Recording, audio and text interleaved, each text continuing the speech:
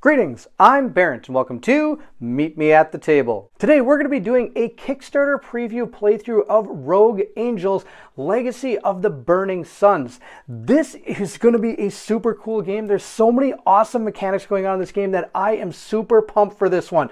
This is at its core technically a dungeon crawler with great story moments and branching narrative paths that are going to bring you to different parts of how this game totally unfolds around you. I'm super excited to show you what this game is all about. This game is by Emil Larson, and he was nice enough to send me one of the prototypes that he has out there. So anything you see in this video is completely prototype. None of it is final work. Even this page right here could be adjusted as time goes forward, but I don't know why you would. That's a fantastic looking cover page as far as I'm concerned. I'm so excited to get this on top of a box. In this video, I'm going to do a playthrough of Chapter 2, but I'm going to explain a little bit how we got there. I'm going to explain the characters we have, and I'm going to talk about all the different mechanics and how this game plays and what you can expect if you back Rogue Angels. This will be coming out February 1st of 2022. At that time, you'll see a link to it up here in the corner. Please click on that to go to the Kickstarter page and back this project if you wish.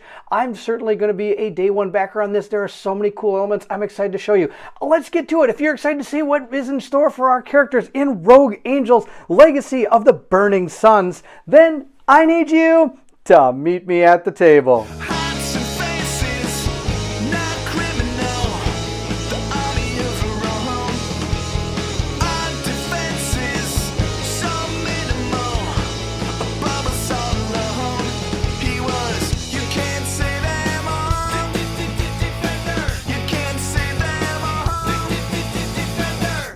When starting a new campaign for Rogue Angels Legacy of the Burning Suns, you're going to pick your characters, or you can hand out characters in completely random order. At the time of this recording, the amount of characters that you're going to have access to is going to be about 20. And that, of course, could change as the game develops. Can you believe that? 20 characters. And each one of them plays completely different. They are asymmetric characters, and they've all got cool things going for them that are really unique. We have, for example, a cyborg here. This is a neomorph, and we have a Terran. All these characters are going to play completely different. When you do play solo, if you do, you have to play with at least 2 characters. Otherwise, this game can play up to 4 characters, and this is for ages 16 plus and lasts about 90 to 120 minutes per mission. Let's go ahead, dive in. We're going to only pick 2 characters for this, so I'm not overwhelmed. I'm not going to play the cyborg. You'll have to see him on another playthrough, or maybe have to pick it up and play it yourself. Like I said, there are 20 in total, and we're only going to see 2. Each one are going to have their own backstories about who they are and what they do. And here's just a sample of some of the cards that they'll be having in their dossier here that they're going to control the character during the playthrough.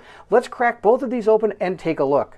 This is Bacillus. This is what your card will look like for the very first chapter, which we are not going to be playing. It's a very introductory chapter that teaches you a little bit on how to move and how to shoot and play your cards, and it talks about your shields and your focus right here, needing rerolls. So we're not going to be worrying too much about this side, but I do want to point out exactly how everything is here and laid out. So as you play through the first mission, it does introduce you to this game really, really well. It doesn't just throw everything at you all at once. It gives you everything over a little bit of time, at least you can understand your character as you go forward. For example, we have a focus over here. He has 3 focus, and he's going to be able to reroll die based on those. He has 2 focus and 3 shields. As he takes damage, he's going to lose a shield. If you ever run out, you're going to start taking actual damage cards, which look like this right here. And we may see these during the playthrough, but in case we don't, I want to show you this mechanic right here. This is one of my favorite things about it. There's a lot of really cool mechanics. This one's really cool. This is a damage card. So this is a concussion. And when you gain this card, it's going to fit into one of your slots down here and block up that slot. On this card, you see 3 different sections. You can personally make this game more difficult for you instead of making it more difficult for the entire group. These damage cards alone can increase your difficulty in this game. So if I were just playing for the first time, I may not want to increase my difficulty. So when I draw concussion, I'm going to do what it says on the first part here. It says, when drawn, place this card down in this slot, which should be right down here, and it would gum up this slot and I wouldn't be able to use it. If I want to make the game a little bit more harder, I would be able to give myself an ongoing. So now any of my movement cards are going to allow me to move 1 less space because I have this concussion. If I wanted to play on even more difficulty, I can include all 3 of these things. And it says here, when discarded, move an action card 1 cooldown to the right. So as we gain our action cards here, we're going to be moving them down. But if they go up, it's going to gum up our slots. So you can increase the difficulty per character just based on this deck alone, this injury deck. That's a really cool mechanic that I haven't seen very often. Let's continue on. We also are going to have a special ability for each one of our characters that we play with. Like I said, each character plays completely different, so that's a really cool way to get back into this game and try it again. And the different choices you make in the game are going to send you down different paths, and eventually you'll come to an actual story mission for your character that your entire group can go on and gain some more abilities or items for that particular character that you would only uncover if you played this character through in the campaign. So super cool things going on. The last thing we have is an activation token. We're going to flip this after each action. The activation. Every character gets one activation per turn, and then we undo everybody's activation. And again, you can choose who wants to go first, and then it goes in the order you choose. And then once everybody has taken a turn during that round, you'll flip it again and go on, as seen in other dungeon crawlers. This is the introductory side. I'm going to flip this card and show you yet again another mechanic that is amazing. So again, we have Bacillus. Now this Bacillus, this time some of this has changed. We've lost all the writing on this card, and now we have still the same ability here that says tactical support drone. Adjacent allies have one free reroll per action on their turn, so they don't have to use their focus. This part over here I want to bring your attention to. This is your personality diagram down here. As you can see, there's a couple little black parts there. And for those two black parts, we're going to gain tokens that are going to adjust the way some of our cards react as we play through the game. For example, if we ever decide to play this card right here, notice there's a special part down here on the orange. I could choose to boost this card by using one of my personality tokens here. These are going to expand as you go through the game based on the choices you make in the campaign. So if you went down, you may eventually gain 3 more in this category, maybe 1 in this category, and that's going to adjust the way some of these cards are played. It's really an awesome system. I'm excited to see how this all unfolds as we go through a campaign of this game at some point in the future. Over here we have our scars. As your character fails missions, they're going to gain scars. Each time you gain scars, it could affect how they're going to perform in some of the later missions, and once these are all filled up, your character is dead and you have to choose a new one, which would be absolutely tragic, but that's okay. The game must go on. I'm really super excited to see how these personality traits unfold as we play through. This is a really cool system. So we're going to add these 2 tokens to our character right here so you can see how these actions are going to affect our character. We do get a hand of cards. Every one of these cards is ready for us, and we can play them down, and the numbers here is where they're going to slot in, and they're going to slowly move off the board and come back to our hands and give us the ability to play them. Now you only get to do 2 actions per turn, so you'll only be able to play 2 of these cards. There are a couple other actions you can do which are found on our handy dandy little reference thing here. The actions are play 1 action card. We can also concentrate, which means we will gain 2 focus, giving us the ability to re-roll our dice. In this game, you can re-roll a die more than once as long as you have the focus to pay for it, which is pretty cool. So if you really wanted to see something happen, you could probably have it happen. It may cost you a lot of focus to do it. The other one you can do is rest, which is going to move all cards 1 slot on the cooldown track. So it's going to move in this way, hopefully gaining them back. At the end of your activation, no matter how many activations you do, once you do both, I should say, you have to take a mandatory rest action, moving some of these cards off the board, which is neat. So no matter what, you're always going to be having these cards cycle off the board. That's Bacillus. We'll see how some of these cards work in gameplay as we play, but let's go ahead and check out our extra character. This is our second character. This is Vera. She has a deck of cards. We also have standees for our characters. I forgot to mention that I have Bacillus' standee right here. He looks pretty cool, doesn't he?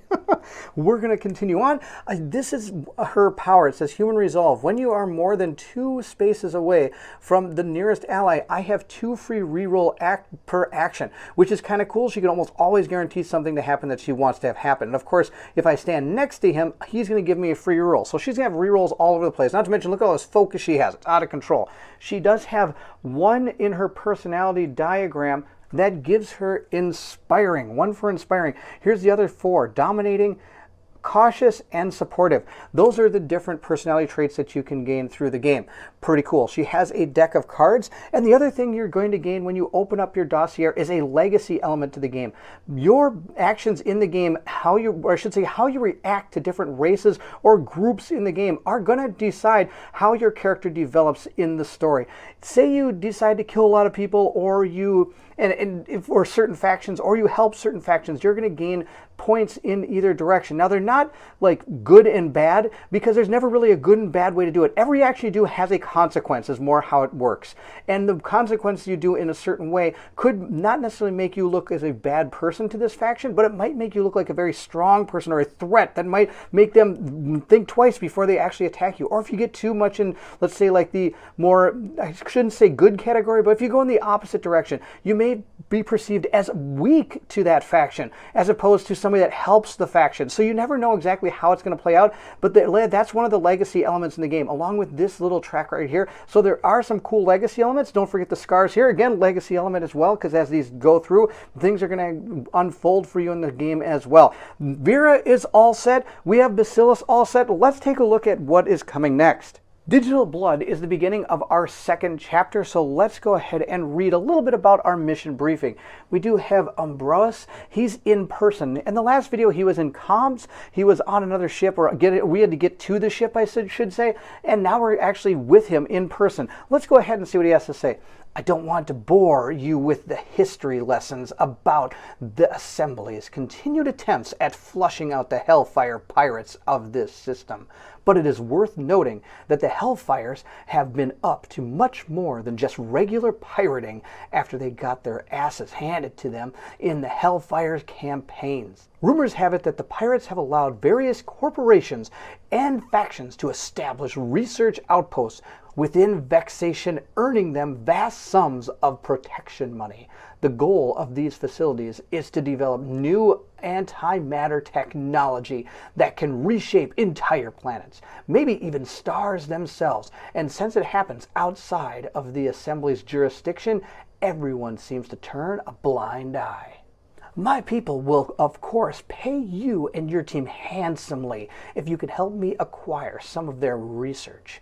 It will help us establish colonies and dominance in our region of the galaxy, carving out an area worthy of the polity's colonial ambitions. Now, locating any of these research sites, or the primary Hellfire's base for that matter, is almost impossible due to the planet's heavy atmosphere and the complex radiation pattern of the nearby suns. But I've come across a few supply records giving us the first clue of where to start looking.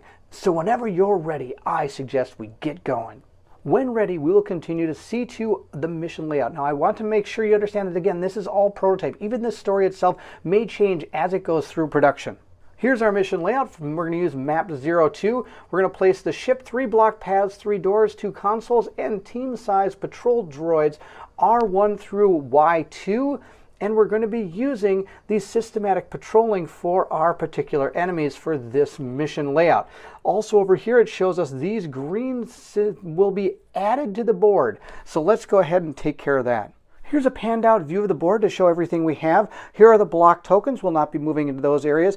These are the 3 doors that we could go in, and here are the consoles that we have to eventually probably try to take out. We do have our different patrol droids that we're going to put out. They are right here, R1 and R2, again, completely prototype. But let me show you what you're seeing on this. This here is their health stat. This is their armor value. They don't have any. They do have 2 speed, they're going to do 2 damage, and they have a range of 3. We're going to place them down in accordance to where it shows us in the book, which is going to be right there and right there. Actually, I'm going to flip them just like that. We also have their card down here that shows us how they're going to be controlled. We have our deck up here. This is also another cool part of this game. This is your ship. And the ship is actually going to be the inside of the box. So when you're playing, the box will actually be down on the board, and your ship is going to be it. It's going to be in the, and you can move in and out of this ship. And so you'll be moving in and out, so it adds an extra element. On top of that, the missions you're playing are going to be in a book. They're not going to be a bunch of tiles laid out all over the board. What you're playing on is a book, similar to the Gloomhaven Jaws of the Lion, the way they did it. They put a book down, and you just moved around on the book. So all the art is going to be in the book, and it's going to be fantastic. It's going to be absolutely gorgeous. Here's just one of the maps, and then we have even more of them as well. So we have this one right here is going to be kind of another indoor map. Here's another one. So there's all different types of terrain and maps that you're going to be seeing as you play through it. On the back of this map in particular is this awesome outside thing that I'm going to show you once we're done with this actual mission. At this point, I'm also going to place our team down in accordance to where it mentioned in the book. It showed us these 4 areas here. I'm just going to put them right there. Of course, with 4 players, you'd put them in all 4 places, and I can't even imagine how awesome this game is going to be with 4 players out here. At this point, you also have to pick a commander. We'll just say that Ballas is going to be our commander for this mission. That can change per mission, but once it's selected for the mission, that's the deal. The commander may have certain things happening to them in the campaign because they're the commander of this mission. Also, any ties are going to be broken by the commander, so if there's a 2-2 tie for what you should do according to a decision in this mission, that will be the deciding factor. With our mission layout complete, let's go back to the book and check out our mission parameters. Now we're back on comms. He must be in the ship, and we're out onto the actual board itself. It says, these old refueling stations run on a skeleton crew, so it's highly unlikely you'll run into any sentient beings here, but be aware of their automated security systems. They have droids patrolling the hallways. Make sure you disable their entire security system in one go. That'll shut off the droids and let my crew hack the terminals. Our parameters are as follow. We have our turn limit down here. We're successful if we disable both consoles within 2 consecutive turns. Our turn limit is based on the number of players, so we have 12 because we're playing with 2 players. 15 and 18 are for 3 and 4 respectively. These are certain trigger conditions that could potentially change the outcome of this mission. Patrol droids. While on systematic patrolling, which is how they start, a patrol droid moves only 1 instead of 2 squares. When I mentioned that this had a 2 speed, for this mission, they're only going to have 1. It says, if the consoles are disabled within 2 consecutive turns, remove all the patrol droids. 3. If players find themselves within the range and line of sight of the enemies at the end of a player turn, or if they attack an enemy, or if they fail to disable both consoles within 2 consecutive turns, we're going to change their attack or their card to automated attack. And we're going to change the goal to eliminate all enemies and decrease the turn token by 2, 3, or 4. We're going to be doing it for 2 because we have 2 characters, making less turns for us to actually get through this mission. So we might want to try to be as sneaky as we can, but if all else fails, we'll just use our guns and smash, smash, smash. We do have a failure here. If the turn token reaches 0 or all players are unconscious, we're having to restart the mission. Instead of gaining a scar for the first few missions, they just want you to replay them so you can understand how this game is totally played. You're also going to notice down here, even on the second mission, it says, if success, continue to C2 mission update 1A. If successful through trigger 3, continue to C2 mission update 1B. We're already seeing branching paths happen inside the story, even in the second mission of this game, which is absolutely awesome. Let's start with Basilisk. He's got a number of cards. First, let's take a look at these. This means it's an interact action. We've got a lot of interact actions. We also have an effect, and we have a move action. So those are the 3 different types of cards you're going to see. The interact cards are the ones you're going to see the most often.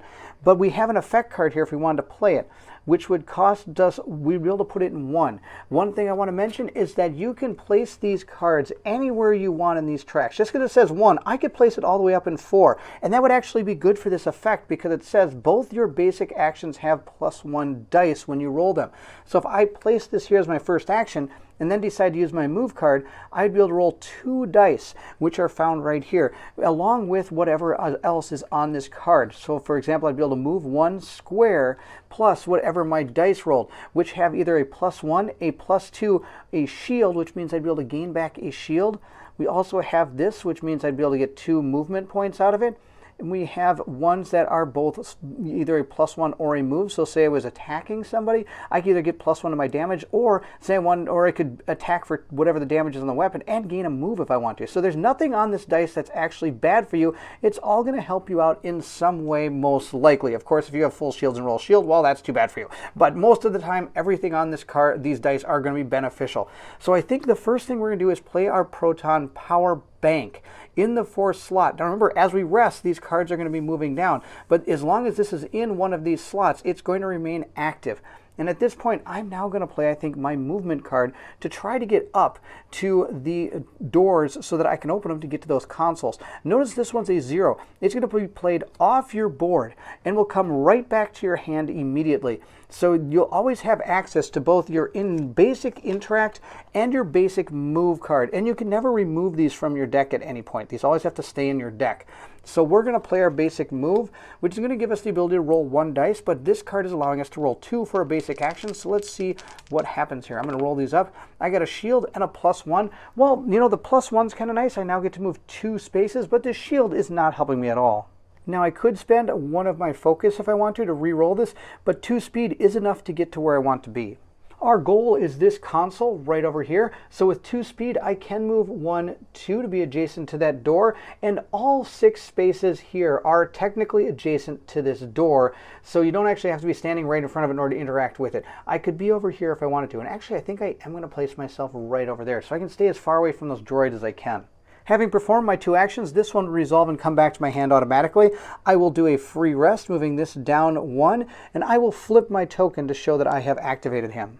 We'll move our tracker down, and according to our card here, we have played our 2 actions, we've done our free rest, we have flipped our activation token, we've moved the token down 1. We're now going to check to see if our mission is updated. Nope. So we're going to now move into our enemy turns. We're going to start with the red enemies, then move the yellow enemies. We don't have any yellow enemies out here right now, just red ones. So we're going to look at their card here, and it says systematic patrolling. If the last activated player interacted with an object, the activated enemy will use the exclamation point instead. Otherwise, we're going to go with the lowest initiative, and then we're going to go to the second lowest initiative, and both of them are just going to move toward the nearest player. Remember, these are just patrolling droids, so they're just going to be moving towards us. They don't have anything to worry about right now. If, of course, we did an interact action, which we did not interact with any objects, we would be using the last activated player. So instead, we're going to move both of these towards the nearest player, which is going to be, of course, Basilisk. And these enemies and everything in the board can move diagonal, so they're just going to move up 1 and 1. Also, these, again, are prototypes. In the actual version, they're going to have these dials that are going to have their health value on them that you can spin around on, which is pretty cool. That's where they're going to go. That's the end of their activation. We're going to move to our next person. We're going to move to Vera. Vera doesn't have any effects, but she's got 3 different move actions and 3 different types of interact actions, which are amazing. Like, for example, I could use this jetpack. I can jump over objects or empty spaces for 5 squares, and then but you cannot jump over walls or closed doors, which makes sense. I get to roll 1 die, and I didn't mention this when I used Basilisk. The die roll, when you're getting the pluses or anything like this, so if I would have gotten +2, what that is augmenting is the numbers inside the parentheses. So for example, it would augment the number of squares that I'd be able to go. Where, for example, if we decide to use our comms wristband here, it's going to interact with an adjacent object for 2, and whatever if I would have gotten any pluses I decide to use, it would be for whatever that number would be, plus the parentheses numbers here of 2. On top of that, I could use any of these to add to what my character can do. Nothing on this card, but let's see if I can find one. Here's one. This one would allow me to move an ally too. I could use this. Now, you'll get these back at the beginning of your next mission, but these are mission specific, unless, of course, something in the mission or a card of some kind gets you gain these back.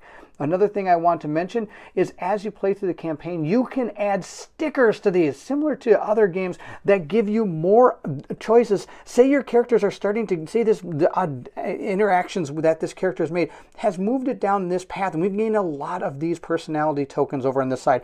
I might want to start putting stickers on some of my cards that give me the ability to activate those personality tokens. So there's a lot of cool ways you can customize each one of your characters in this game as you're going forward. Now, of course, I've put all my cards on the table here and have absolutely no idea what I'm doing. I'm just talking about it. Let's figure out what she's going to do for sure on this turn. Vera is first going to use a basic move. She's only 2 spaces away from that door, so let's see if we can get to that door. I get to move a total of 1 plus what I roll from my die. Let's roll this up and see what I get. I got +1, so that's going to give us 2 movement points. Since it's a 0 card, it's going to go right back into my hand. Let's move our character. We'll move right up to that door so we can start interacting with it and hopefully be able to make a chance, or get through this and hopefully get to that console as fast as we can.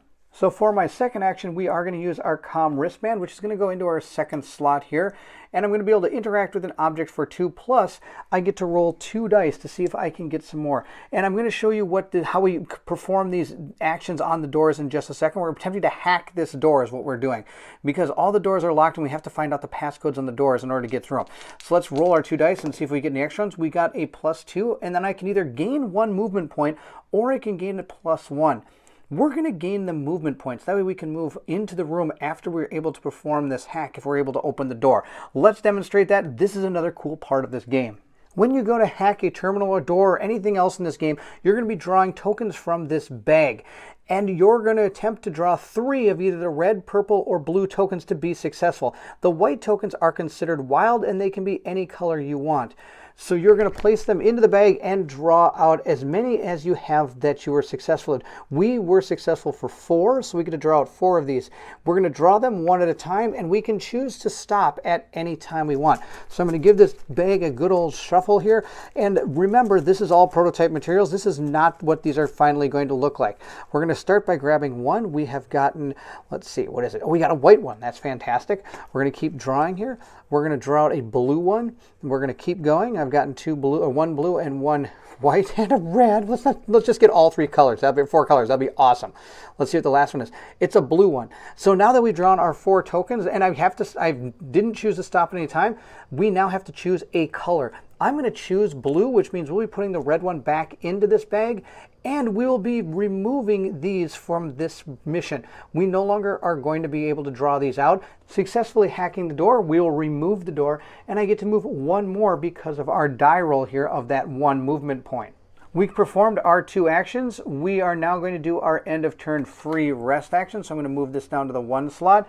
At this point, I will flip my activation token, and we'll move the time tracker down to 10. Now it will be our patrolling droids' turns again. And they're going to move, well, now they're going to move. If the last activated player interacted with an object, the activated enemy will use the exclamation point instead. So it is going to move towards the last activated player, which is again going to be over here. It's going to be Vera. We'll just move them up like that. With both of our characters completed, we're going to reflip over their activation tokens and begin again. I'm not sure if I want Basilisk to go. I think we're going to start with Vera this time. Sadly, her comm wristband is down there, but that's okay. We're going to use her basic movement yet again. That way we can move towards that console, and maybe we can start hacking it. I get to roll 1 die. Let's see how we do. I get an extra 2 movement points. That's fantastic. So we have a total speed of 3, which is going to be able to get us next to that computer console. And now we're going to play our basic interact card, because none of the other interacts I have are going to be able to help us with that computer. The only one I had would have been my comms wristband, and sadly, we already used it. So we're going to use this as our basic interact. We are now going to see how we do. First, our movement, 1, 2, we're going to go to there. And at this point, it says when you are more than 2 spaces away from the nearest ally, you have 2 free rerolls per action. That is her ability. And 1, 2, I can't really see this guy, so I'm going to be at over 2 spaces away. So I'm going to get 2 free rerolls for my interact action. So we're going to play this basic interact action. I only get to add 1 die. So let's see what our roll is. We got 1 in a shield, so right now I'm pulling 2 tokens. That is not enough. I'm going to use one of my rerolls. I got 2 speed. That is definitely not enough. We'll use our second reroll. We still only have 1 movement and a speed. At this point, I'm going to start using my focus. We're going to use our first of our 4 focus tokens we have and see how this goes. We'll roll it up. I got +2. That's exactly what I wanted. I now get to go ahead and grab 3 tokens out of that bag. Now, the interesting thing about the basic interact card is it can do anything almost. It can deal damage, it can interact with an object, and it can also heal adjacent unconscious characters for whatever damage they have. So this card can never be removed from your thing, and it can do is basically anything card you want it to do. Of course, it is really basic, as you can see. I had to use a lot of different rerolls to even try to get it up to 3, which still is not guaranteeing me the ability to activate this console. We'll see how it goes. Let's start drawing some tokens. I have, of course, removed these 2 blue and a white one from the bag because we've already used that to open the door. Let's draw our first token, and it is a, what is it? It's a white. Oh, wow. Okay, now I just need 2 of the same colors, and that'd be absolutely glorious. We got a red one. Come on, we need another red one. That would be amazing. Let's see how we do. Wow, we got another red one. That was perfect. Couldn't have asked for anything more. So we were able to activate that console. Now remember, it has to be in 2 consecutive turns. So I might have actually jumped the gun here and been too excited and too happy to be able to get through this. But now I need to get Basilisk over there, and he's got to somehow get that next console done almost immediately. We'll see how it goes. But we were able to complete this console, so this one has been hacked. That's fantastic. Wow. And we will remove these now from that bag that we have, and I'm going to flip my action token. I get to move this off the board so it goes back to my hand, so she actually actually has all of her cards. And once that is completed, since we finished our end of turn free rest and flipped our activation token, we are now going to move the turn token down to 9. Also at this point, I'm going to check my mission objectives. They're not updated yet because I needed to hack both consoles. So we'll move to the enemy step. At this point, I'm not sure I can get to their console. We're just going to give it a shot. I'm going to play my basic move card here. I get to roll an extra die because of our proton power bank. We'll see how this goes. This might just be, and we might just end up shooting these droids. We'll see how this goes. I got 2 speed plus 1, so this might be okay. I get to move 1, 2, 3, 4 spaces. That's still not quite enough to get to that door, but you know, it'll be good enough for what I think we're going to do next. We're just probably going to shoot the droid. Basilisk will move 1, 2, 3, 4 to right there using his 2 speed plus his 2 extra speed from the die that we rolled right there. He is now within 1, 2, and if we look for line of sight, of course, is center to center. That's really easy. That's all you have to check. There, and any of these that kind of protrude out here, it's all just on the grid. Even though it moves a little bit over, that's okay. It's still considered just on the grid. So we're going to be able to move, actually have a line of sight to this. So I think we're going to play our LP Plasma Blaster here. I get to roll 1 die, and it's going to deal 2 damage to an enemy within 3 spaces. If the enemy has any shields, I get +1 dice on my next action this turn. Well, I'm only going to get 2 actions, so this is the only other one we're doing. We're going to place this down in 2. I do want to get this back as fast as I can. So let's go ahead and see how we do against these robots. I get to roll an extra die. This is going to change how this mission's about to happen, but I'm not going to have to, I don't get the extra one because this is not a basic action. I do get +1, so I am going to do 3 damage to the R1 robot here. He's going to go down to 2 if I can move the paperclip, which is pretty easy there. We'll put it there just to show that he now has 2 damage left, but of course he is still alive and kicking. Basilisk has performed his 2 actions. We'll go ahead and do our mandatory free rest to move those down. We'll flip our activation token and we will move our time tracker down 1 more. We're at 8. At this point, we have activated one of the triggers. We've activated the 3rd one. We have actually attacked one of the enemies. So now we are going to decrease the turn token by 2. We are going to change their activation card to automated attack. And it's also going to change our goal now to eliminate all enemies instead of disable both consoles. So let's go ahead and grab our new AI card. We now are going to be playing with this one. It says if activated enemy did not move during its activation, include one of these as its last action. The first thing it's going to do is move toward the last activated player and then deal damage to the nearest player.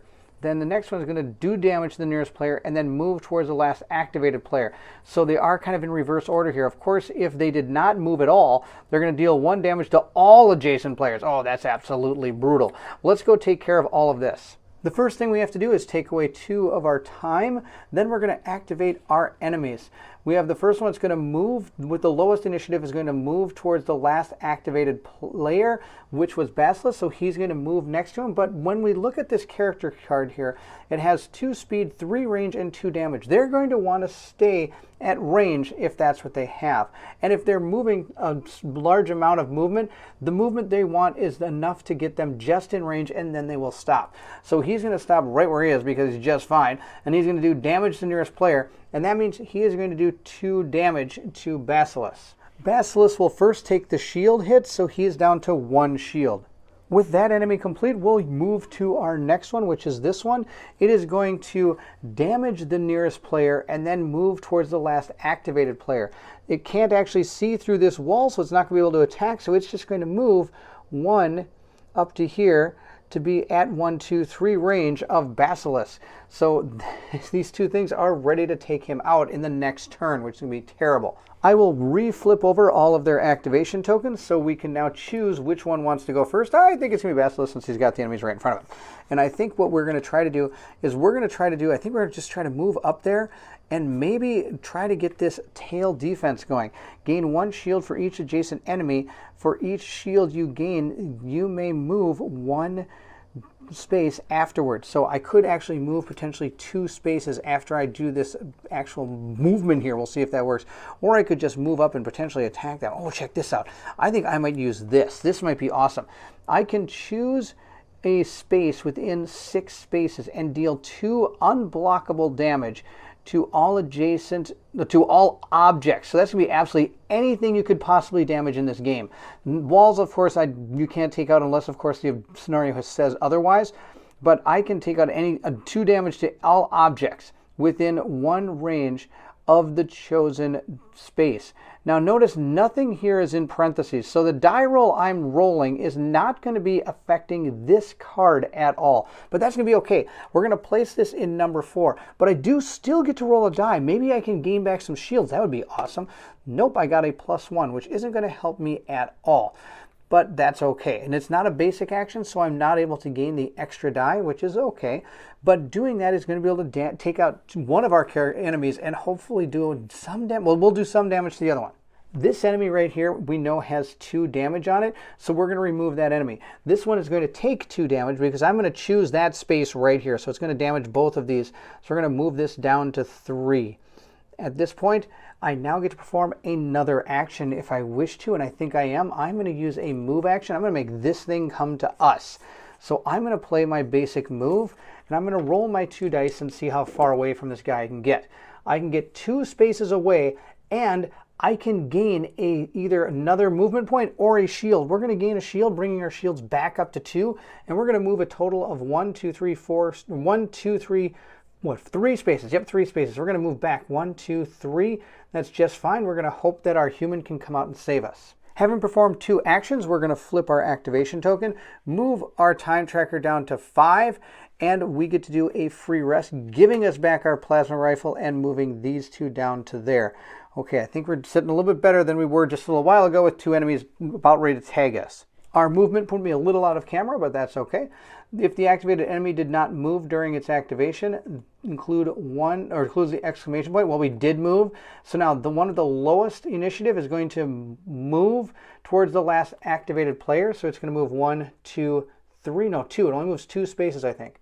It has a 2 speed. So it's going to go 1, 2. It has a range of 3. 1, 2, 3. It cannot attack our character, which is fantastic. We got it out of there. Oh my gosh, that was fantastic that I got to move that extra space.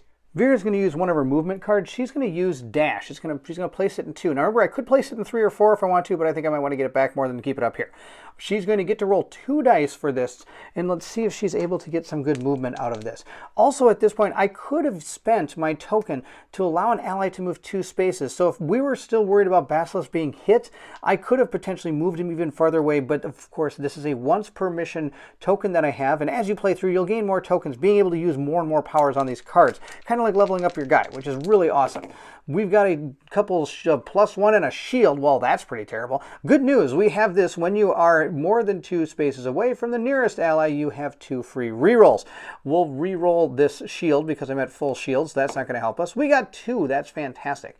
So now I got +3, which means we're going to get a total of 5 movement. I think that will be just fine. Vera is going to move 1, 2, 3, 4. I think to right there, because her next action she's going to use is her pistol here. Now, of course, the art on these cards haven't been finalized yet. This is, I'm going to say it over and over, is a prototype. I'm going to place it in my number 3 activation area. I get to roll 2 dice, and I deal 3 damage to an enemy within 3 spaces. So 1, 2, 3, I can shoot that. So we're going to do 3 damage, which is enough to kill it. So, but it is still important you do roll your dice, because I can maybe get some movement and move myself away or something. Oh, look at this. I got 3 movement. I can shoot this guy and move 3 spaces. So we're going to do that. I'm going to shoot him for 3, which means we have eliminated this person. He has no shield, so he's going to take all 3 damage. Then I get to move 3. Let's move towards that console. 1, 2, 3 towards that console. We've played our 2 actions. We're going to end with our free rest action, moving our 2 cards down. I'm going to flip my activation token, and we'll move our time tracker down to 4. At this point, we will now check our updated missions, and we have to update them. We were able to take out both of those droids. It does say here, if success through trigger 3, continue to C2 mission update 1B. We sadly were not able to do the consoles.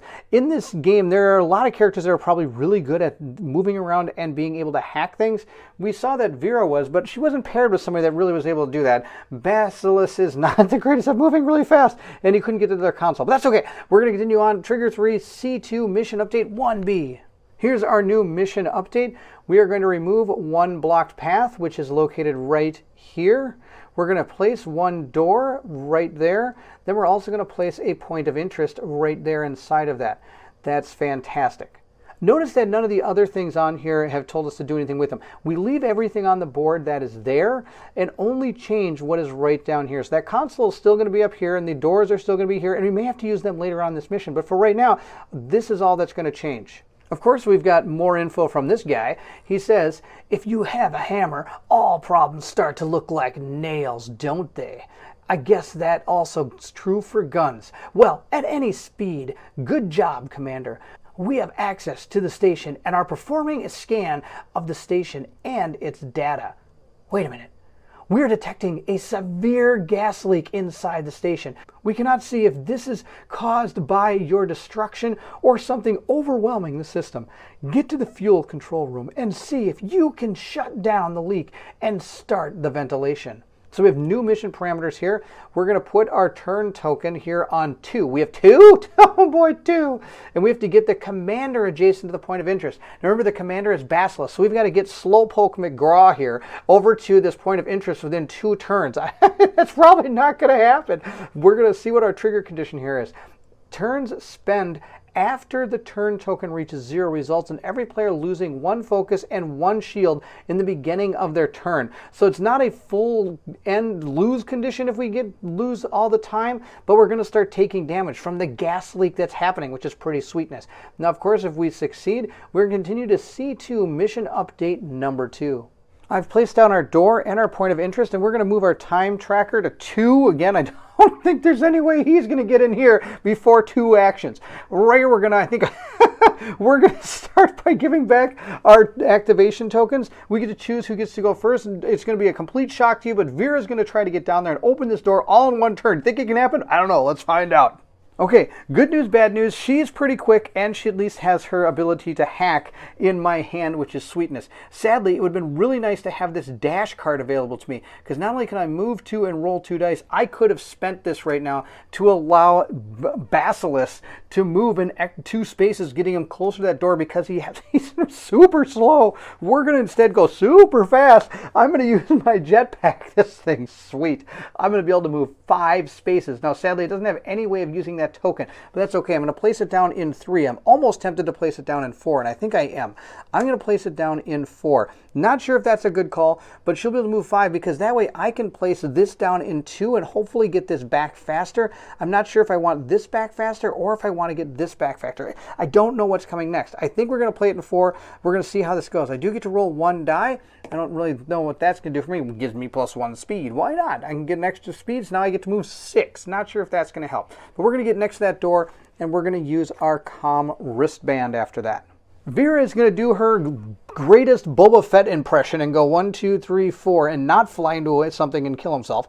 We're going to move right next to this door from this side, and we're going to attempt to hack it. That way he can come through and hopefully come around and stand next to this thing. We'll see if this works. I don't know. It's going to be the worst plan ever. But she's here. She's ready to go. We're going to hack that door. My comm wristband is allowing me to roll 2 dice to see if we can add anything to it. I got 3. I don't think I can do much better than that. So we get to draw 5 tokens out of this bag. Come on, we have to be able to match something.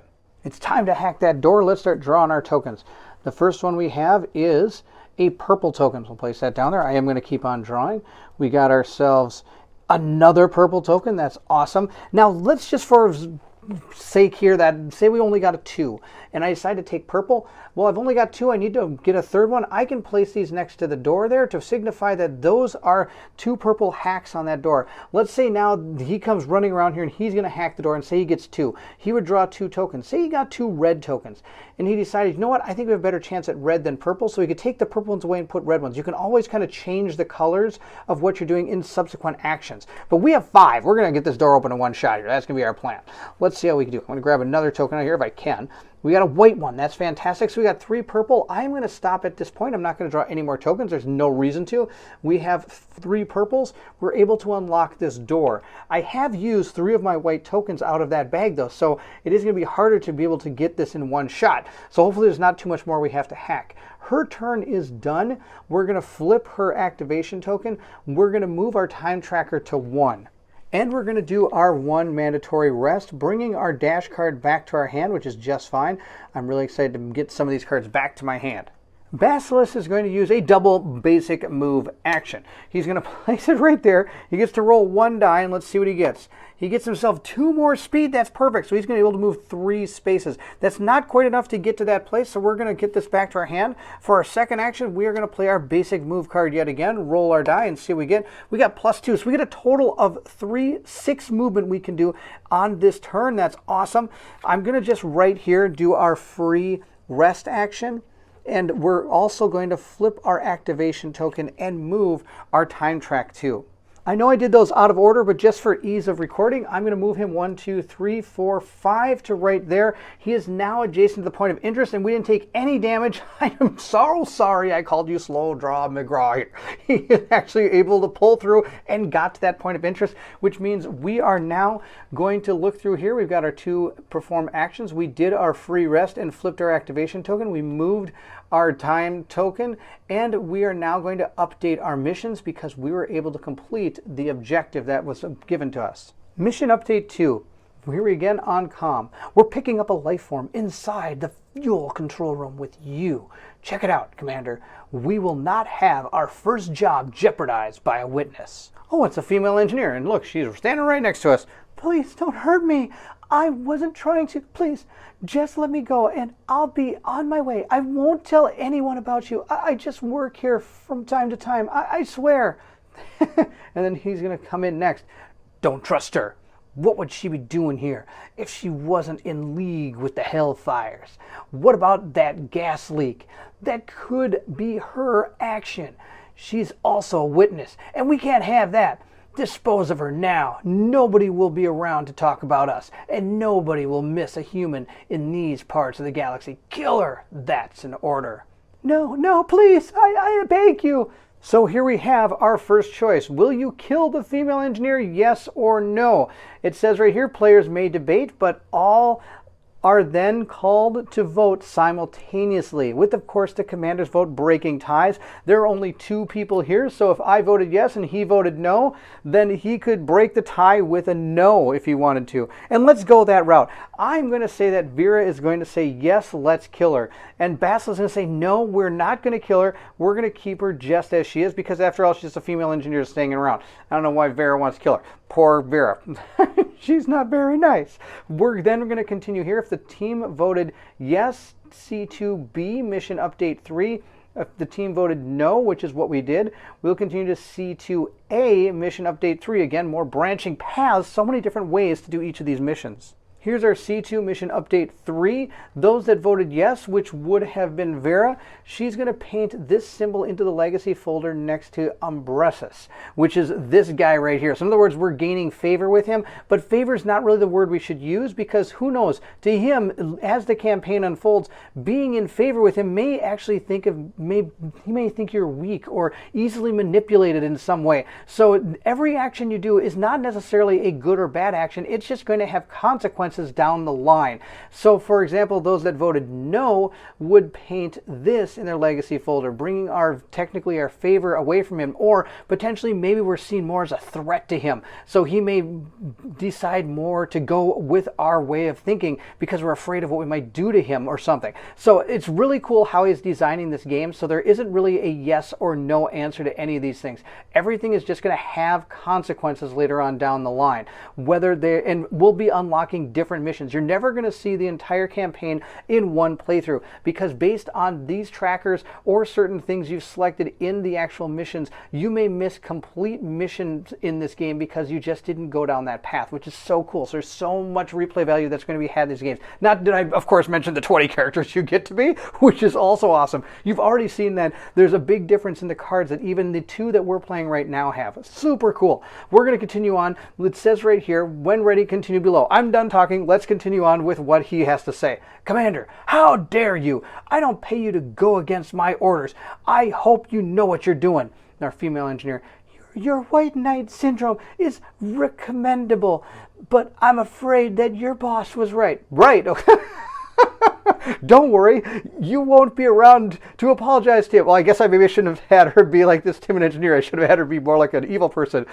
And I didn't get your name, Ko. I didn't even get your name, Ko or Ko. I can't even pronounce his name. I'm just floored by the fact that this person, right off the bat, was not even a good person. Oh, that's awesome. We have the data. Now get your asses back to the ship ASAP before we all start to regret your decisions.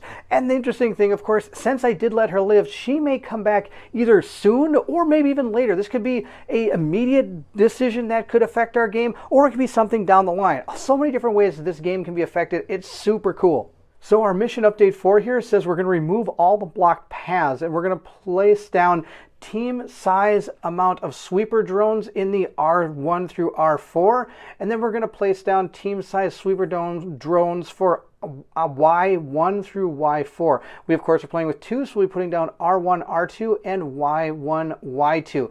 So this game does scale based on player count very well, because not all these are going to activate. It's not going to be you and then all of them. It's only going to be the red, then the yellow, red, then yellow. So only a certain amount of these characters are going to be performing actions each turn. So it does scale very well and keeps everybody engaged in this game. We're also going to be placing the self-destruct AI mechanic down for these particular enemies. And it shows right here, we'll be removing all those blocked paths, and we'll be adding these droids to these spots here. And we're going to, of course, be cycling our time track as well. I guess I spoke too soon. That woman just activated a series of sweeper droids. They are hard-coded and put on self-destruct mode. We can't hack them. Well, I guess this is very much your own causing. We won't be staying around forever. Hurry up. So we have new mission parameters. We're going to set our time tracker to 8. We have to get all the players on board the ship or eliminate all the enemies. A, those not reaching the ship before the time token reaches 0 will be recovered after the mission, and we're repainting in one of those scars that we saw on the side of our character sheets. Next, we have trigger condition 1, the ship. The ship is part of the mission board and can be boarded, exited by players only. Enemies will not move toward or target players already on board the ship. And of course, our failure here is if all the players are unconscious, all are removed after the mission, and we'll be painting a scar for each one of our characters. And if we failed, we'll be continuing to mission update 5B Aftermath. If we are successful, we'll be going to mission update 5A. We'll start by putting our time track to 8. Then I'm going to take my R1 and R2. We're going to place them down on the board and remove this blocked token. We'll place my Y1 and Y2 up here and remove this blocked token. So even on a small map like this inside those books, we're still using the entire thing over the course of the entire mission, which is pretty cool that he's able to basically give you access to this entire map. Now, of course, that's only one way we could have gone down the mission. If we went down the say we would have killed her, something else may have completely happened. Maybe she still would have activated these droids. Maybe not. Who knows? I guess we'll have to play again to find out. That's the end of our update. So at this point, which is kind of funny, since the mission update has happened, it is now actually the enemy's turn. So we are going to activate the red droids over here. We'll take a look at our self-destruct sequence card. It says if the activated enemy was damaged last turn, use the exclamation point instead, which is right down here. The last activated player is going to move next to it and then deal 2 unblockable damage to itself and all adjacent players, which pretty much be killing it. If we take a look at these self-destruct droids, they've got 3 health. They don't have any armor, but they move 5 and they do 1 damage at range 2. So they're going to be able to run right up on us and probably attack us. So we're going to go at the lowest initiative is going to move towards the last activated player, which is going to be Basilisk. Then it's going to attack the nearest player. So our R1 is going to move 1, 2, 3, 4, 5 to right there. That's its farthest it can go. Sadly, its range is only 2, so it cannot attack the nearest player because my person is 3 spaces away. And Basilisk is not able to be seen by that one. But I have some bad news for him in the next movement here. I can move most distant player. So it's going to move towards this one. 1, 2, 3. It's going to move 1, 2, 3, 4, 5 to right here, or 5 to right there. It always wants to try to stay in orthogonal lines if possible. And when potentially targeting characters, it's going to want to target characters. If there's if I could have attacked both of these characters, for example, it will always try to attack orthogonally as opposed to any type of diagonal. It will always go after the most orthogonal attack first, so it would attack her even before it would attack him if both of them were viable targets. It's now going to actually attack the nearest player, which at this point will be Basilisk. He is going to take, I think it's the 2 damage. He's going to take, 1 damage. So Basilisk is going to lose 1 shield.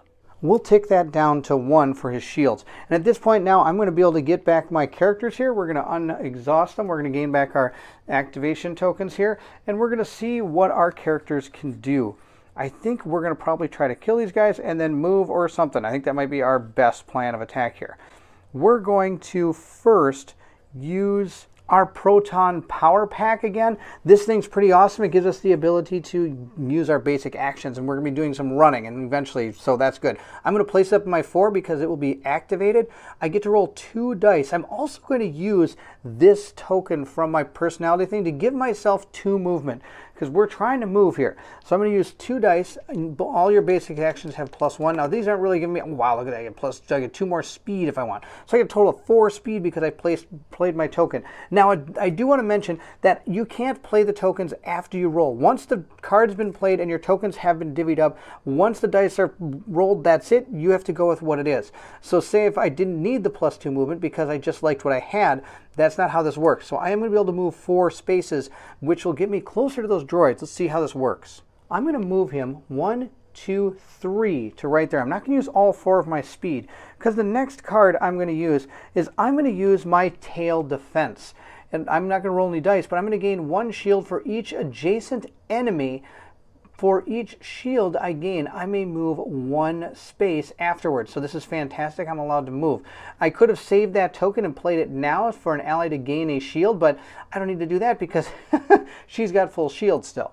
Since there are 2 enemies adjacent to me, I'm going to gain back 2 shields. I'll place this in my 1 slot right here, gaining back 2 shields. That's going to be the end. I'm going to flip my token, get my free rest in here, and we'll move our time track. This will move down to 7.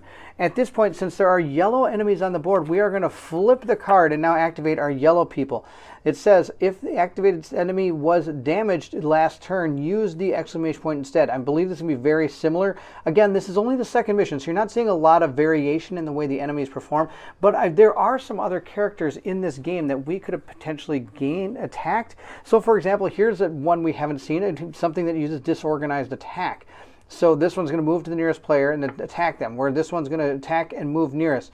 And they could also even move away from the nearest player and then attack the nearest player. So it's got all these different ways of attacking. Then on the other side, it's got completely different ideas. It's going to go after the last activated player instead of the nearest player. So some of these cards are really cool, and they have a lot of different ways these enemies are going to react. But these are droids, so I guess it makes sense that they're all very similar in what they do. So they're both going to move towards the nearest player and then the distant player. So the one at the lowest is this person. So you're going to move towards the nearest. 1, 2, 3, 4, 5, 6. 1, 2, 3, 4, 5. So it's going to move 1, 2, 3, 4 to right here. At this point, it is within range and it has line of sight, so it's now going to attack the nearest player. So that means that Vera is going to take 1 damage, which is going to hit her shields, meaning that she has a total of 2 shields left on her card. The next one's going to go with the most distant player, 1, 2, 3, 4 to right there. He is now in range and is able to attack the nearest player. So it's going to attack Basilisk for 1, bringing his shields down to 2. Both of our Y enemies have activated, so we're going to continue over to Vera's turn now.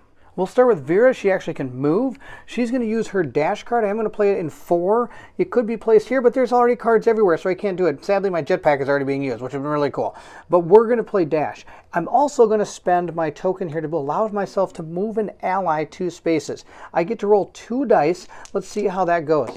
I got a total of +1 speed and +1. That's just fine. For a movement of 4, I think that should work pretty good.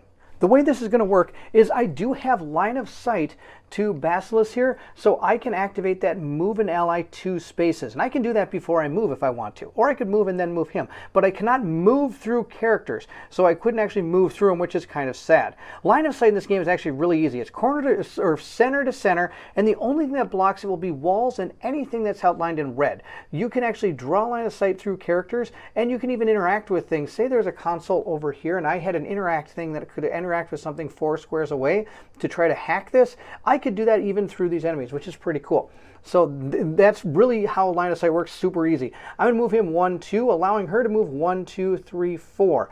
At this point, she now has all of her slots are full. She can't do anything. So the only thing she can do is play this basic move card. So she's going to do that, roll up her 1 die and see how it goes. I've got an extra 2 speed. That's awesome.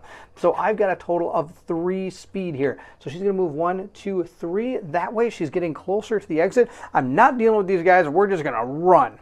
Vera's turn has ended. I'm going to take her move card, which she would have played, have gone right back to my hand. This will also go back to my hand, so if I guess he decided to fight now, I could probably do it. We're going to move our 2 other cards down for our mandatory rest here, flip our action token, or activation token, and we're going to move the time tracker down 1 to 7. If we look at our card here, it will go towards the last activated player, and then it's going to attack the nearest player. It's going to move so it can be within range of her, so it's going to move up here. Then 1, 2, it actually is in range now of her, but it's going to attack the nearest player, which is going to be Basilisk, so he's going to lose 1 shield. The next one is going to move towards the most distant player, which again is her. Now it can't move through people, but still 1, 2, it has line of sight to her, and then it's going to attack the nearest player. So Basilisk again is going to get hit, and that's going to be bad news. Basilisk is going to lose his last shield. If he were to take any more damage, he's going to start drawing from our damage deck up here, which is going to be pretty bad because none of them are any good. So hopefully he doesn't take any more damage. Since our enemies have finished, we're going to gain back our activation tokens, and we get to choose who wants to go first. I think it's going to be Basilisk, just because he's surrounded by bad guys. And we're going to start by using my tail defense. I'm actually going to put it way over in 4. I have a plan. It's not a very good plan, but I have a plan. I get to gain 1 shield for each adjacent enemies. There are 3 adjacent enemies to me, so I'm going to gain back my 3 shields. And now I'm able to move 1 for every one of those I gained. Well, sadly, I'm not actually going to move because I'm surrounded by these guys and I need to get to this ship. So for my second action, I am going to use my blaster. It deals 2 damage. I get to roll 1 die to an enemy within 3. If the enemy has shields, I get to roll an extra die on my activation this turn. None of these have shields, so it's not the end of the world. I need to do 3 damage to one of these things or it's going to be bad news. Let's roll up our 1 die and see how it goes. I got a shield back. That shield isn't going to help. I'm going to spend one of my focus points, and we're going to re-roll this die. I need to get this. There we go. I got +1. That's going to do 3 damage. That's enough to take them out. I'm going to take out Y2, mainly because they haven't gone yet. So if I take out the Ys, that's probably a better plan. That's why I did it. I'm a funny guy. All right. That's the end of his turn. We're going to move all these cards down, and we're going to move back to the board so I can show you exactly how this all transpired. With our tail defense, we are able to gain our 3 shields. I'm surrounded by 3 enemies. I decided not to move afterwards because my goal is that way. And I guess I could have moved actually 1, 2 over to here. Why not move 2, 3 spaces, I guess? Because I think my gun can fire up to 3 range. I can. And then I'm going to fire 1, 2, 3. You can go diagonal, and this is all gridlocked. So these technically are not blocking anything by going diagonal through here. I'm going to do my 3 damage to this one right here, which now I probably should have just moved, but that's okay. We did our 3 damage. It is enough to kill him. He doesn't have any shields, so that one is off the board. That's the end of his activation. I do have to move this time tracker down to 6. I have to use the yellow card of our sheet now. There is only 1, so it's going to move towards the nearest player and then damage the nearest player. So it's going to move 1, 2, 3, 4, 5, and its range is 2, 1, 2. It can't quite get there. That's the end. It's going to be Vera's turn now. And Vera has her basic move, is the only move card she has. Her jetpack and her dash are both in her board. One of the actions we could perform is a rest action. We could move all this over one. If my jetpack was here, that might be a good plan, because then I could just get if my jetpack was here, I could do one rest as one of my actions, get the jetpack down, throw it down again, and move 5 and get out of here. But as it stands, that's not going to help me, because it's only going to move them down 1, giving me back my comm wristband. So we're going to have to use our basic move, which I'm only able to roll 1 die for. Let's see how it goes. Now we need to get a total of what? 3 to get out of here. I got 1, 2. That's good enough, because now, actually, I shouldn't be playing down a 4. I should play it over here. Sorry, that's my fault. This does come back to my hand, so I'm going to play it again and see what else we get. We get another movement, so that's a total of 4 movement we have, which is going to be enough to get her out. If we look here at the board, I can go 1, 2, 3 into the ship, and I could stay right there if I wanted to, and he can come in diagonally if he wants to. And even if something really badly happens to him, I could still come out of the ship and help if I wanted to. But I'm going to just stay right there in the ship, and I think that should be pretty good. So she's done. She's going to flip her activation token. This should be gone. I just put it there to symbolize I was doing it, but you just play them and they go away. We're going to move our cards down. I do get my wristband back, but I don't really need it now. And it's going to now be our red enemy's turn. The 2 enemies are going to move towards the last activated player and the most distant player, and then attack the nearest player. There is some stipulation here, because according to our trigger conditions, the ship is not part of the mission board and can be boarded and exited by players, like I've said before, but the enemies will not move toward or target players already on board the ship. So they're not going to target her as technically the last activator most distant, so that means it's going to be him as the last activator most distant. So they're going to move 1, 1, 2 is at a range of 2 to there. And this one will move 1, 2 to right there, and both of them are going to attack Basilisk. Basilisk has been doing a fantastic job of getting his shields back, so he's only going to take 2. But that's not how we're going to do this. We're going to pretend he has 0. I want to demonstrate how this damage deck works. So you're going to take your damage deck, give it a good old truffle shuffle here before the game. And then we're going to set it out there like you've seen down on the next to the board. And for every damage that we take that cannot be blocked by shields, let's say he has 0, he's going to now take 2 damage, 1 from each of these self-destruct robots. Or, of course, if he had 1 and took 2 unblockable damage, that'd be 2 damage he wouldn't be able to block with shields. We're going to draw 2 cards. So our first one is going to be internal bleeding. So when this is placed down, we're going to move a damage card 1 cooldown to the right, and place this card on 3. So you don't have any. So we're going to place this down on 3, but we already have a card there. When the way damage works is you're going to remove that card and you get the card back, which is kind of cool. Bad thing is you're damaged. There is no ongoing or when discarded. And during setup, remember I mentioned that these can make the game more difficult per player. So as you're taking damage, you're going to be having more and more things happen to you, the more difficult you want the game to be. Since we took 2 damage, I would have to draw another one. I would have gotten Abrasion. And when drawn, move a damage card 1 to the right and discard this card. So I'd have to move this 1 to the right and discard this. Now, for example, if I were playing it the most difficult way for myself, so say I've already played through the campaign and I kind of know how a lot of the mechanics of the game work, and I have a lot of neat strategies and stuff, but I'm playing with somebody who has never played before and is just kind of learning their character. I could then choose to play on the most difficult possible. So when this is discarded, which is right now, I would lose an extra focus here. So I would lose this focus point as this gets discarded back to the deck. Now, of course, if this deck is ever empty, you just shuffle it up and deal them back out.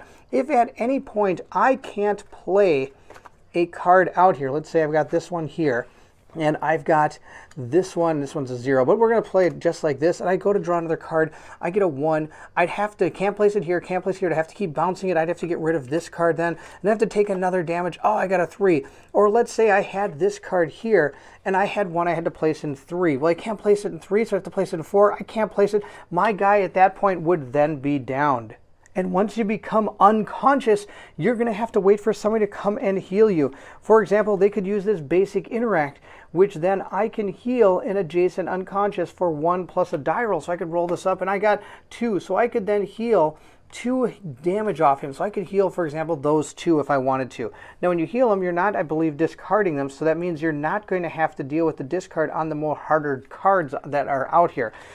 But and then once that's done, this character then is able to come back up and proceed with the mission.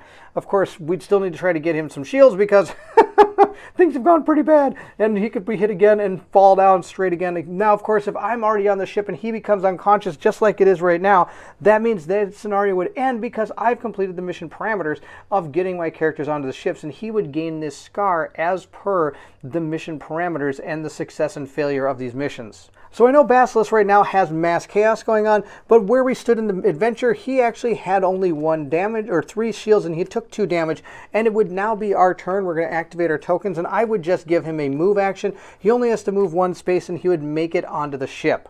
This would bring us to our Mission A Aftermath for C2A.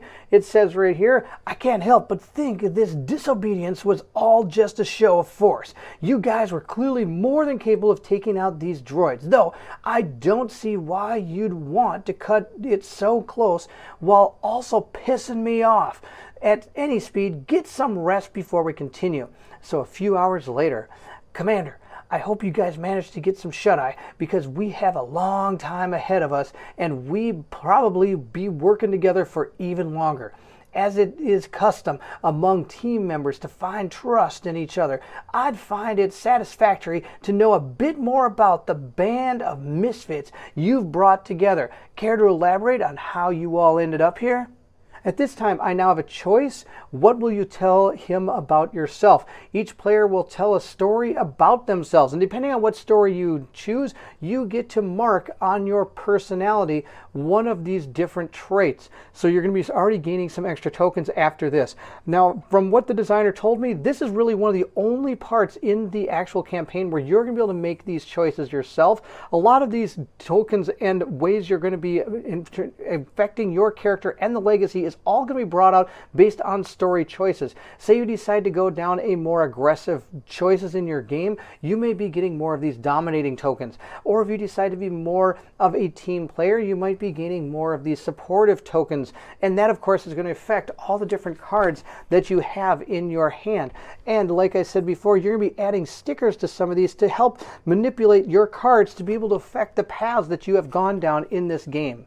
There you have it. That's Rogue Angels, Legacy of the Burning Suns. I hope that quick mission was able to give you an idea of how this game plays and see if you're interested during the Kickstarter that is happening February 1st. Again, I'll be putting a link to it right up here. This game to me hits so many check marks that I've been looking for in a game. First, it's a space dungeon crawler type game that I have not seen too many that I've really enjoyed. This one checks off that box. There are tons of different characters, 20 different characters you can pick from. Checks off that box. It has the ability to allow the difficulty to be adjusted per character with that damage deck, which is really, really cool. Also, the AI is fantastically quick and it moves along really fast. Your character card placement and playing, the way they are able to be slotted down and shift around on the board based due to the rest mechanic, fantastic. Love that mechanic. I also am a huge fan of the way that you can gain these personality tokens. That is mind-blowing and I love it. I am super pumped as to how that's going to be played out. And I know I've said it more than once, but being able to manipulate your cards as the game goes forward to be able to take advantage of the way that the game is played is fantastic. Branching story paths inside a mission and also a story that can branch out in all different places and you're never going to see it all in one playthrough. Checkmark, that's a fantastic maneuver. And every character is going to have a particular mission that is based on that character alone. That's fantastic. This game checks so many boxes for me that I am super excited for this one. This is an instant back for me. I'll be playing this as soon as this comes to me on this channel, and I'm super pumped for this. Thank you so much for watching. I hope you enjoyed this Kickstarter preview of Rogue Angels, Legacy of the Burning Suns. Again, everything you see here is prototype and subject to change as it goes through the Kickstarter. But if this game is shaping up to be how these first few missions play out, this is fantastic. If you're interested in trying it out, I believe there's a tabletop simulator mod out there for you that I believe has 12 missions on them.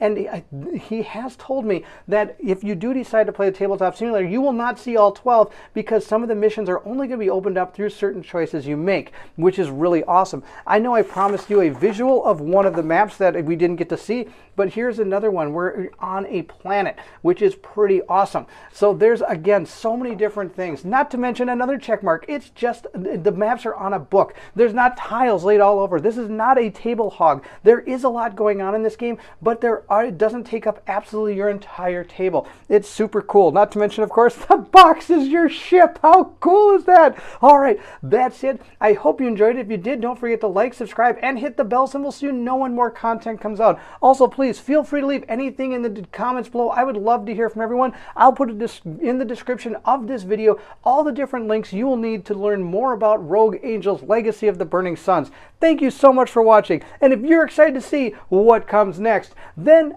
I need you to meet me at the table.